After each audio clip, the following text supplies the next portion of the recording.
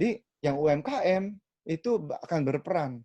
Nah, gambar ini saya pasang di ITB untuk bercerita. Walaupun UMKM itu sangat berperan, tetapi kalau boleh ada innovation driven enterprise, yaitu perusahaan-perusahaan yang berbasis inovasi. Ya. Harus ada dong. Buat apa? Ya supaya kita keluar dari middle income trap. Supaya kita gaji rata-rata orang Indonesia nggak cuman kalau di Jakarta 4 juta kali 12. Berapa tuh 48 juta? 5, jadi $3.500 per tahun. Jangan dong. Itu masih di bawah kemiskinan. Kalau mau di atas 8.000. Itu pun masih kurang sebenarnya. Kalau boleh $14.000 setahun. 200 juta, 550 juta setahun. Nah gimana? UMKM? Ya bisa. Tapi kalau mau lebih bagus lagi, ayo dari berapa orang nih? 120 orang. Barangkali perkiraan saya ada 7 sampai 16% yang punya potensi menjadi innovation driven enterprise entrepreneur. Ayo itu dibina sehingga mereka punya usaha yang karyawannya doktor karena perlu riset, yang karyawannya MBA kayak Pak Ari, bayarnya nggak mungkin murah, ya nggak? Nah kalau semuanya, kalau SMI karyawannya 3-4 orang, tapi kalau IDE karyawannya nggak mungkin 3-4 orang karena fokusnya global. Itu inovasi. Dan kalau saya ngomong inovasi, jangan langsung bilang, wah saya bukan lulusan ITB nih, nggak bisa inovasi. Oh salah, saya kan nggak ngomongin teknologi, saya ngomongin inovasi. Inovasi itu melibatkan proses, melibatkan bisnis model inovasi, melibatkan positioning inovasi. Social entrepreneur itu inovasi. Ya, ada yang disruptif, ada yang lateral, dipakai di industri sana, diterima di industri saya. Lalu ada yang incremental, yang tadinya udah bagus, menjadi lebih bagus lagi. Social entrepreneur itu salah satu contoh inovasi. Jadi innovation driven enterprise itu bukan sekedar teknologi, tapi innovation. Innovation itu persamaannya invensi dikali komersialisasi. Ya. Kalau dagang aja, tapi nggak pernah ada invensi, maka nggak ada inovasi. Kok inovasi terus, Pak? Iya, maaf.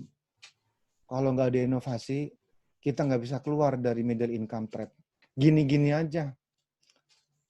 Gini-gini aja. Nih, kalau di kuliah normal saya tanya nih, dan dulu waktu Desember kita tanya ya, apa syarat satu-satunya untuk memulai perusahaan? Ini jujurnya ya, dari semua kelas yang pernah saya jalankan, nggak ada jawaban yang just plan. Nggak masalah. Nanti kapan-kapan kalau ketemu saya kasih jawabannya. Ya, jadi ada ramalan. Nah, jadi saya balik nih setelah kasih framework-nya, ini ramalan. Bisnis apa dong yang sekarang, Pak? Oh, yang sekarang kelihatan ya medical supply and services, food processing, personal healthcare, agriculture, oil and gas, saya tanda tanya juga karena itu dalam, harus kuliah sendiri. Tapi ada beberapa yang udah, maaf ya, tourism, hotel-hotel yang normal, itu kasihan. Aviasi dan maritime, seperti yang Bapak-Bapak Ibu-Ibu lihat, kasihan. Otomotif, ya saya ragu ya bahwa dia mampus gitu. Karena ke depannya mungkin orang malah nggak mau naik public transport karena takut COVID. Malah nanti motor jadi banyak dibeli orang lagi. Atau mobil. Barangkali gitu, ada tulisan kemarin baru keluar. Oh, nanti ke depannya justru apa namanya? Orang lebih cenderung pakai mobil pribadi lagi. Nah, COVID setelah selesai membuat alam semesta menjadi nggak bernapas lagi karena banyak nanti orang beli mobil, pakai mobil, nggak mau ride sharing, takut kena COVID, ya nggak? Dan ini construction and real estate katanya mati sekarang, tapi kan belum mati. Itu kebutuhan orang kok. Enggak, jadi ini sekedar kasih lihat ramalan gitu ya, harus ditelaah gitu loh. Enggak semua construction real estate, emang orang nggak butuh rumah gara-gara COVID. Ya tetap perlu lah. Manufacturing, ya sekarang lagi loyo karena karyawannya nggak boleh kerja atau bisnis industrinya jadi sedikit mati karena demand yang nggak ada. Education, mana mungkin dia loser. Justru edukasi, kalau dia rubah cara delivery-nya, malah menjadi top. Ini contoh ramalan yang nggak boleh diterima apa adanya. Tapi yang diterima tuh agriculture. Bagus. Jangan ada alasan jemaah yang petani merasa, oh, gue nggak bisa laku barang. Enggak dong. Terbalik. Ari, sekian dulu, Ri. Setelah ini soalnya framework semuanya. Oke. Ini aku mau elaborasi sedikit Ambil nih alih. di terakhir ya. Nah, karena ini istilahnya membumi banget nih slide yang terakhir nih, Pak Toro. Oke. Gitu. Nah, jadi kalau kita melihat ini ya, yang sebelah kanan ini kan dapat keuntungan lah pada kondisi pandemik ini gitu ya. Kemungkinan juga setelah kondisi COVID juga mereka tetap Ada momentumnya. Ya ada momentumnya lah gitu. Yang saya melihat ada teman kita itu posisinya adalah di industri yang sebelah kiri ya. Oke. Mina, misalnya. Nah, seperti otomotif lah. Otomotif. Gitu. Ya, contohnya teman-teman kita ada yang di otomotif atau di real estate. Real Nah, kemarin estate. saya ngobrol sama teman-teman gitu, bisa kita tiru. Jadi sebenarnya tadi yang dikatakan oleh Pak Toro, gimana kita itu supaya inovasi gitu ya. Misalkan kita ada di sebelah kiri nih, kita bisa adaptasi, kita kreatif, yang di otomotif gitu ya, bisa geser ke kanan gitu loh. Nah, kan yang punya mobil-mobil second gitu ya, terus dia punya mobil box, dia jadi delivery di food processing atau delivery di medical supplies. Jadi beradaptasi. Adaptasi. Gitu. Nah, yang di construction real estate, gitu. Saya ngelihat teman saya itu yang tadinya buat bangunan baru, tadinya mau buat mall ya. Itu dia rubah jadi rumah sakit sekarang. Keren banget. Otomatis ke medical supplies and service kan dia. Iya, tapi konstruksinya tetap ada kan? Betul. Gitu. Salah satu lagi saya kenal asli bener, dia punya gudang gitu ya di manufacturing lah ya. Logistik. Oke, logistik gitu. Dia pindah jadi gudang baru untuk yang ini retail, food processing and retail ini. Gitu. Ya. Nah, itulah. Jadi intinya mungkin kita tuh harus bisa satu tadi seperti yang dikatakan Pak Toro ya, kita menghadapi kondisi COVID ini bisa agile. Agile itu lincah ya. Tapi ada 3 yang harus kita pegang. Yang pertama kita harus bisa adaptasi. Gitu. Ya, adaptasi. Gimana tadi dari posisi industri kita, usaha kita di tempat yang kurang beruntung, kita bisa adaptasi pindah ke sisi yang kanan gitu. Nah, itu beberapa teman saya saksikan sendiri. Ada yang industri garment tadinya jual jilbab, jual baju, sekarang orang mungkin nggak lebaran ya, nggak beli baju baru karena THR pun ditahan gitu kan. Tapi dia terus akhirnya pindah ke kanan. Jadinya Kesehatan. medis, dia bikin bikin baju hazmat rumahan, ya, bikin betul. baju hazmat yang untuk itu para dokter di garda terdepan itu kan sekarang lagi booming memang tuh ininya. Terus dia juga sekarang bikin tadinya bikin jilbab, dia bikin masker kain. Masker, ya. Masker kain. Itu sekarang dulu kita lihat di pinggir-pinggir jalan itu banyak yang ini jualan pulsa gitu ya. Sekarang lebih banyak yang jualan masker gitu di pinggir jalan. Nah, Luar seperti biasa. itu. Satu lagi di kondisi COVID ini kita selalu melihatnya itu ada dua sisi tadi di awal ya. Atoro bilang ada sisi tapi juga sebenarnya ada sisi opportunity. Saya mungkin mau sharing sedikit ya dari adaptasi terus kemudian inovasi sama kreatif. Nah, tadi sebelum mulai acara saya sempat sharing itu dengan salah satu pengurus UB di Bandung, Pak Saiful Habib gitu ya. Kita ini contoh yang real di Pak Toro tadi bilang bahwa usaha kita tuh jangan latah sekarang, banyak digital platform gitu ya. Jangan latahnya tuh artinya kita kok baru mau usaha ujuk-ujuk digital gitu loh. Sedangkan seharusnya ya kan? Seharusnya yang benar tuh harus ada usaha brick on mortarnya, istilahnya usaha awalnya gitu loh, usaha yang intinya gitu. Contohnya lah ya, di UB kita itu kemarin punya sembako, jualan sembako. Nah, ternyata teman-teman muda-mudi di sini, anak-anak muda di sini ketika COVID baru nggak bisa ini lewat kita bikin, barulah dimunculkan aplikasinya gitu. Nah, ketika muncul aplikasinya itu pada masa COVID ini, ibu-ibu merasa terbantu. Nah, ternyata peluangnya benar ini anak-anak muda lihatnya. Akhirnya ternyata omsetnya itu bisa naik 400%, 4 kali lipat. Alhamdulillah. Iya. Alhamdulillah, anak-anak itu juga seneng lah, mereka juga dapat fee, delivery fee kan, yang nganter-nganter mereka sekarang kita pakai delivery jadinya seperti itu. Nah itu bagus Ri, lu terusin ganti betul. Bukalapak tuh. Iya, di tiap luar.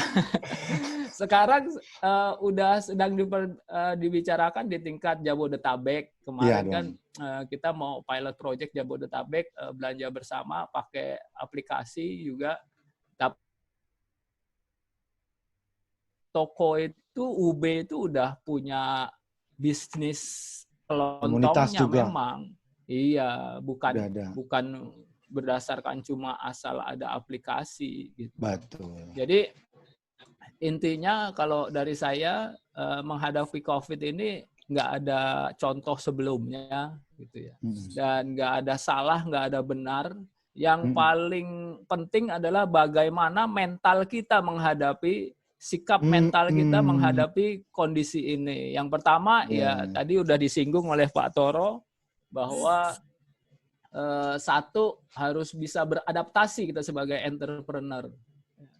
Nah, kemudian yang kedua juga kita harus bisa berkreatif ya, kreatif melihat peluang gitu. Nah, yang ketiga tadi disebutkan juga inovasi. Ya. Inovasi itu nggak harus teknologi gitu kan, bisa aja prosesnya diinovasi, disesuaikan dengan kondisi gitu. Mungkin itu yang bisa saya tambahkan ya. Paling ini kalau boleh minta izin Pak Ari, yes. Kayaknya nggak komplit karena kebetulan hari ini kan saya nggak kasih gambaran disiplin entrepreneurship yang komplit. Tapi saya mau ganti cerita ular tangga itu sama framework di layar ini. Oh ya, boleh Pak. Ya, mohon izin. Tapi ini menguatkan apa yang Pak Ari bilang. Jadi dimulai dari sini nih. Ada persoalan. Nah, entrepreneur cirinya apa? Anti tekanan, adaptif tadi, kreatif. Kreatif bukan yang negatif ya. Yang kreatif yang kayak model generasi Y tuh, terlalu kreatif, sampai konflik kepentingan. Itu kreatif yang salah. Pertama, sebagai kita yang menghadapi persoalan, Mas Abe Yulianto, minyak kayu putihnya misalnya, saya lihat namanya ada nih. Memahami, lihat option, katanya Pak Ari, ada di sini. Kreatifnya dalam rangka membeberkan pilihan-pilihan. Lalu nggak bisa, kita nggak punya IQ besar, tinggi. Karena perlu punya kemampuan analytical sebagai entrepreneur untuk mempredik, ngitung-ngitung gitu loh. Kalau pakai option ini gimana, option ini gimana, option ini gimana. Lalu sebagai pengusaha nggak bisa, oh nanti aja deh gue jalannya. Harus jalan dong, ya nggak? Kalau terus, penting segala-galanya. Yaitu tadi tuh, bersyukur ada momentum Ramadan buat mengestablish goal, buat memurnikan nanti hari raya Idul Fitri, mengembalikan pada fitrahnya. Ini fitrah beneran, fitrah sebagai manusia yang nggak mudah menyerah, fitrah sebagai manusia yang menyadari 1000% bahwa Tuhan berdaulat. Kembali, values, bukan valuasi, values. Kita nggak pernah ada di dunia ini buat menjadi kaya, tapi berkarya. Tuh. Prioritasnya, kesehatan lebih penting, keluarga lebih penting, bukan uang. Lalu yang terakhir, pertanyaan-pertanyaan barangkali nih Pak yang bisa kita jawab. iya, execute tuh. Ya. Terima kasih Pak Toro dan Pak Ari, luar biasa paparannya. Sudah luar biasa. Kita dengar tadi dari aspek filosofis, strategik, sampai operasional dan contoh-contoh konkret dari Pak Ari membuat para peserta semakin komprehensif mendapatkan gambaran bagaimana menjadi seorang wirausahawan yang tangguh di masa COVID maupun setelahnya. Hari ini luar biasa, peserta tidak kurang dari 171. Selamat datang. Ya, selamat datang Pak Sekretaris Umum DPP LDI, Bapak Dodi, yang juga CEO dari Bakri. Nah, kemudian ini dari seluruh Indonesia ini, saya perhatikan ada yang dari Temanggung, rekan saya, sahabat saya, Mas Bagus, ya. Selamat datang dan banyak lagi. Saya kira tidak sempat menyapa satu persatu. Silakan pertanyaan-pertanyaan dibantu oleh Bung Adityo untuk bisa menyampaikan kepada Pak Toro ataupun Pak Ari. Silakan. Siap, sudah dibaca Pak Toro itu. Saya udah siap baca, tinggal nunggu berita nih Mas Dodi. Yang mana? Silakan. Yang mana ya, dulu, Dodi? Iya, pilih dulu. Ya, biar Pak Toro langsung yang memilih. Sudah saya japri, itu moderatornya silakan mempersilakan. Oh Pak iya, Toro. oh iya, oke. Dari Mas AA Henry, Pak, bagaimana basicnya pegawai tapi kena PHK dan harus jadi wirausaha tapi belum ada pengalaman. Umurnya berapa nih Pak Henry? Oke, saya tanya umur kenapa tuh? Karena memang nggak semua orang bisa pindah. Bisa jadi, nggak semua orang punya kecenderungan untuk menjadi entrepreneur. Kata Toro, bukan. Itu kata sains. Jadi ada kecenderungan entrepreneur, traits of entrepreneur. Yaitu yang pertama, ciri-ciri entrepreneur itu ada 4 dari 5. Entrepreneur cirinya openness-nya super tinggi, bukan tinggi, super tinggi. Pada saat yang bersamaan, entrepreneur itu analytical, conscientious, hati-hati, penuh dengan kehati-hatian. Resiko iya saya ambil, tapi dengan penuh kehati-hatian setelah melakukan banyak sekali decision analisis, decision tree analysis. Lalu ciri yang ketiga, agreeable-nya rendah. Orang-orang entrepreneur itu cenderungnya nggak yes man. Entrepreneur itu cenderungnya digest, men-challenge, bukan untuk ngelawan, tapi karena mereka memang bukan yes man. Kalau yes man, ya panggilannya tempat lain. Kita perlu yes man kok. Manager, saya perlu yes man jadi manager. Kalau yes man-nya entrepreneur, repot saya. Nanti ngelawan semua keputusan saya. Repot jalannya kapan. Jadi Tuhan ciptain orang beda-beda. Lalu yang terakhir, neuroticism-nya rendah. Orang entrepreneur itu kecenderungannya anti-fragile, anti-stress.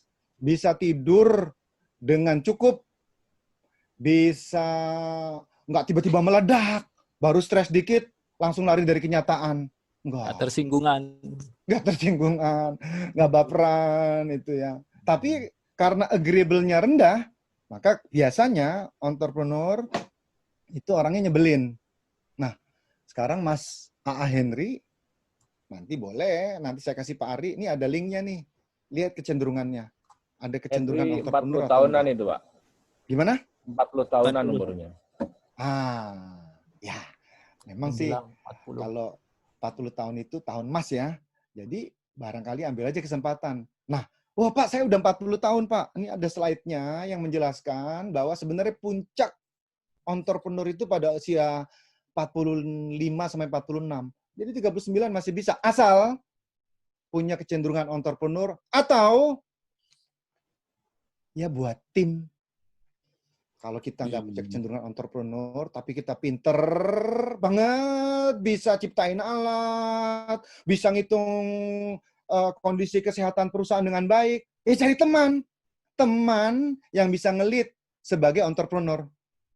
Teamwork jawabannya. Kalau udah umurnya lewat ya. Loh kok dari tadi saya ngomongin lewat? Ya kan ada tuh di LDII yang ada temennya siapa tuh, temannya Mas Dodi sama Mas Ari yang dulu pernah ngomongin NLP, itu kan dia bisa ngajarin. Kenapa 24 itu kata kuncinya? Oke, mudah-mudahan terjawab nih jawabannya. Bisa cari teman, ikut akselerator LDII. Gitu. Terus sekarang lanjutkan ke mana nih yang dari Pak? Baru satu, Pak Dodi. Wah, ada beberapa tadi. Coba Pak Dodi dibantu. Ini langsung ke saya ya. Oke. Lalu menjual produk dengan memasukkan konsep donasi di dalamnya, tetap mengambil keuntungan, merupakan hal yang baik, dan apa dampaknya terhadap brand. Ya, bagus nih. Bagus nih. Kalau sekarang orang ngetren sejak Oktober kemarin, perusahaan-perusahaan sepakat di Amerika untuk menjadi perusahaan yang rahmatan lil alamin tuh bulan Oktober tuh ada roundtable CEO ngomongin itu. Ya, boleh. Kalau menggunakan donasi sebagai cara untuk menarik orang, boleh. Nggak ada yang nggak boleh, mana ada sih nggak boleh, kecuali di ajaran agama jangan dilanggar ya. Terhadap brandnya jadi bagus, karena kesannya menolong orang gitu kan. Tapi jauh lebih penting dari ini, bukan konsep donasinya. Ada nggak paying customer-nya? Itu, oke. Kalau dari awalnya ada paying customer, yang lain-lainnya itu derivatif. Mudah-mudahan nangkep nih. Kalau kurang-kurang, tanya sama Mas Abe Yulianto tuh. Karena dia sempat kuliah bareng sama saya dua hari. Soal paying customer. Dimulai dari paying customer. Oke, terima kasih. Donasi bagus. Saya cari slide yang ada gambar Michael Porter. Tapi tidak menjawab Mas Nathan. Karena ini berbicara soal perusahaan yang kebablasan ngasih donasi. Tapi sebenarnya membunuh ekosistem usaha. Kebablasan donasi bawa alat hazmat, baju hazmat, nolong orang-orang dari sebuah negara tertentu, impor waktu awal-awal Maret itu. Saya nyumbang jutaan, puluhan juta, kumpulin ratusan juta, miliaran, lalu beli hazmat dari negara tertentu, bawa ke Indonesia. Bukannya pesen sama orang LDII yang tadi buat jilbab, sekarang buat hazmat, tapi malah beli dari sebuah negara tertentu, berbondong-bondong, berbal-bal, supply. Akhirnya orang nggak beli kan? Terima sumbangan. Di tulisan saya, di LinkedIn yang ada gambar ini, saya menceritakan kalau filantropi kebablasan membunuh ekosistem entrepreneurship. Contohnya, Haiti. Sampai hari ini nggak pernah terrecover. Secara secara wiring kita kan memang santai ya manusia ya. Kalau bisa santai-santai gitu loh. Nah, disuruh terima gratis sama enggak, mendingan terima gratis. Yang mati siapa? Ekosistem lokal dong. Pengusaha yang buat baju, yang tadinya diarahkan buat hazmat. Tiba-tiba, saya nggak beli lagi, Bu.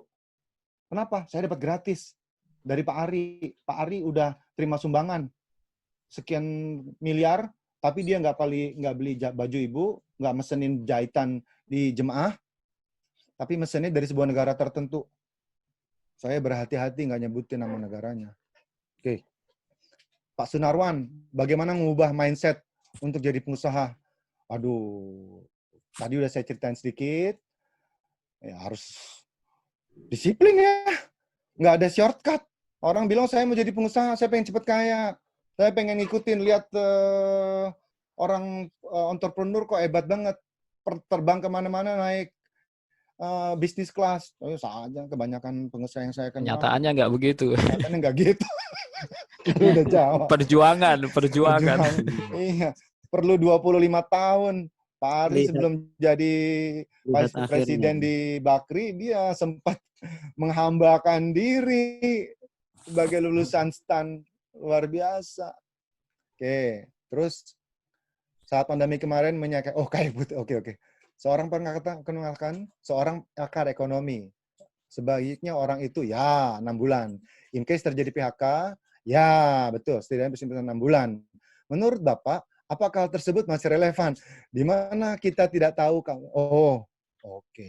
Sekali lagi Mas Pradika di Bontang, ramalan bisa dibaca untuk sekedar iterasi gitu ya. Bahwasannya ada yang bilang sampai tahun 2022 nih efeknya ekonomi. Ada yang bilang lebih parah karena efek ekonomi yang sekarang jauh lebih mengerikan daripada efek 2008 Global Financial Crisis. Yang recovery-nya juga waktunya lebih lama daripada Financial Crisis tahun 1928. Udah deh, stop ramalan, kita dengerin, kita berhati-hati, tapi prinsip bertahan 6 bulan, 12 bulan buat living cost, itu benar dong. Benar. Buat pribadi, buat rumah tangga, apalagi buat perusahaan. Makanya prinsip free cash flow is very important. Buat startup, jangan startup bangga tuh valuasi gue sekian korn. Tapi begitu dilihat revenue-nya nggak seberapa. Bagaimana Pak Ari bisa ngajarin discounted cash flow method buat valuasi? Bohong. Perusahaan besar tapi kalau nggak ada revenue atau nggak ada punya terminal value. Sekarang kalau mengetes startup itu, tes aja berapa terminal value-nya setelah 5 tahun. Punya nggak visi? Hah? Gimana, Pi? Cash is king. Cash is king, tapi terminal value itu bisa jadi ukuran kita. Mereka punya visi nggak startup 24 tahun, 27 tahun, 32 tahun, terminal value-nya berapa? Oh bisa aja mereka bilang $100 billion. Tapi bagaimana sampai ke sana? Make sense nggak? Narasinya sama nggak? Kalau Amazon kan narasinya bagus. Terus Pradika. Oh udah ya. Oke. Bagaimana izin ontor muda baru? Loh. Justru yang muda itu masih bisa diajar dan bergabunglah sama orang yang sudah pernah berbisnis. Ya, itu kuncinya. Berbeda nih message saya sama orang-orang. Oh, harus muda. Enggak kok. Tadi katakan ini judulnya agak exaggerate ya. Katanya di MIT itu melebih-lebihkan. Katanya bohong. Entrepreneur itu harus muda. Nah, sebenarnya bukan bohong maksudnya. Tapi enggak harus muda. Yang muda gabung sama yang senior, yang udah tahu berbisnis, yang tahu framework, yang tahu pernah kehilangan uang, pernah dapat uang, itu. Nah, bagaimana entrepreneur muda baru? Ya belajar dong, jangan sok tahu. Dan jangan pengen cepat jadi kaya. Pesan saya kalau kamu memulai, internal self-reflection deh. Kalau motivasinya untuk menjadi kaya, itu bertobat deh.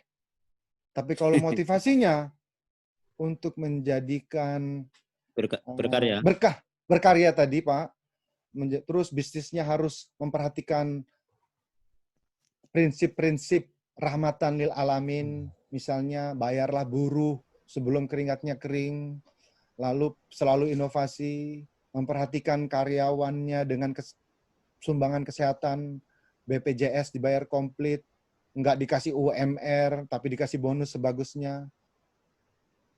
Ya, agenda pengusaha itu bukan untuk mempersusah karyawan kok. Agenda pengusaha itu ialah supaya usahanya sustain. Dan susah loh jadi entrepreneur. Kalau kita pegawai, kita tahu tanggal 24, 28 dapat gaji. Lah kalau entrepreneur, tanggal 14, dia udah bingung mau gaji 1.000 karyawannya. Bukan bingung sih. Dia harus bertanggung jawab. Harus bertanggung jawab.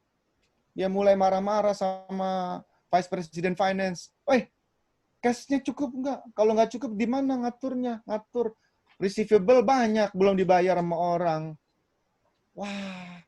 Jadi, saya bersyukur sama Tuhan, ada spesies manusia yang subspesiesnya itu entrepreneur. Tapi saya juga bersyukur sama Tuhan karena ada subspesies yang manajerial. Itu belum saya ceritain tuh, manajerial karakter sama entrepreneurial karakter. Saya sudah berjalan. Gimana berlari Widya Mandiri? Ya, definisi berjalannya gimana nih, Mas? Ya enggak? Definisi berjalannya gimana? Kalau berjalan, ya itu kita bisa offline ngobrolnya ya. Berjalan. Berapa growth rate-nya? Saya tanya. Gitu kan? Tanya. Growth rate-nya berapa? Terus ada retain earning enggak? Retain earning-nya di-reinvest lagi atau enggak? Itu yang saya bilang tadi, back to basic. Saya sudah berjalan. Gimana saya bisa berlari? Fokus to your customer. Let the customer be your innovation center. Pesan saya. Kalau berjalannya maksudnya ada income, semakin fokus sama paying customer. Gali, pain-nya apa? It is not about me, it is not about you, Mas Widya, tapi about your customer. Apa yang mau dibuat kita kepada orang. Ada yang protes, Pak Toro, startupnya yang Bapak invest, menghabiskan uang Bapak karena Bapak hampir ketipu sekian ratus ribu dolar. Loh, itu kan bagian dari pelajaran saya. Kalau saya jadi coach, saya punya bisnis model sekarang, akselerator, saya merekrut anak-anak muda yang masih 22, 21, 23, saya ajarin doktrin paying customer, dan saya berharap ketika dia umur 24, 25, ide-ide bisnis, ide-ide market, mereka yang jalanin. Ya enggak? Saya punya akses sama network saya punya akses sama universitas-universitas, kalau mau prototyping, saya udah tahu modelnya. Startup mana bisa prototyping pakai uang sendiri. Bisa bikin mock-up produk. Tapi kalau bikin prototyping, itu sumber paling hebat ada di universitas. Mereka punya program namanya Capstone. Nah, sekarang gimana nih komunitas LDII memaksimalkan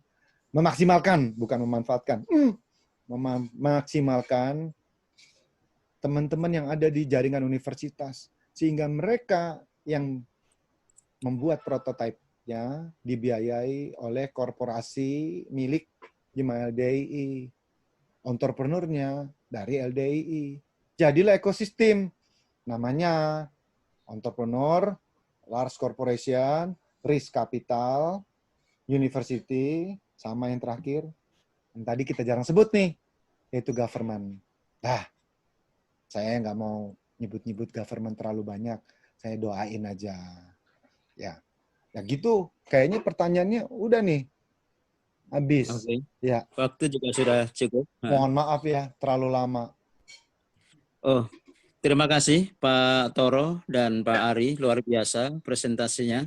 Sudah lebih dari 20 menit dari waktu yang kita tentukan, tapi itu justru kita apresiasi, justru kita bersyukur atas pencerahan dan masukan-masukan pada pagi hari ini. Kepada kawan-kawan tentu masih banyak yang ingin bertanya, ingin share kepada Pak Ari dan kepada Pak Toro. Insya Allah akan bisa kita lanjutkan untuk sesi-sesi yang akan datang. Tentu saya atas nama moderator Sarji mengucapkan terima kasih yang sebanyak-banyaknya kepada kawan-kawan dan Pak Toro dan tentu Pak Ari yang sudah memberikan sharing pada pagi hari ini. Jadilah selalu berkarya, kita luruskan niat untuk berkarya, rahmatan lil alamin, dan tidak ada kata terlambat untuk menjadi pengusaha. Yang penting sinergi, bentuk tim, serta semangat selalu, inovasi. Terima kasih. Assalamualaikum warahmatullahi wabarakatuh. Saya kembalikan kepada Pak Ari, Ketua EPM DPLDI, dan di sini ada Pak Sekum. Monggo waktunya. Assalamualaikum warahmatullahi wabarakatuh. Assalamualaikum warahmatullahi wabarakatuh. Kepada seluruh jamaah peserta webinar ini, kami syukuri dengan ucapan syukur. Alhamdulillah, jazakumullah. Semoga Allah bisa memberikan manfaat, lancar dan barokah untuk kita semua. Untuk penutupannya, mohon Pak Sekum apa bisa untuk memberikan doa. Oke. Wah, terpaksa saya buka videonya nih. Assalamualaikum warahmatullahi wabarakatuh. Waalaikumsalam. Alhamdulillahirabbil alamin. Salam kenal Pak Toro. Sudah sekian lama namanya disebut-sebut oleh Pak Arti. Baru bisa tatap muka nih secara virtual. Alhamdulillah. Tadi materinya sangat komprehensif ya, sangat holistik sekali. Dunia akhirat juga ada nilai-nilai kebaikan di situ, juga ada strategi maupun operasionalitasnya dari bisnis itu sendiri.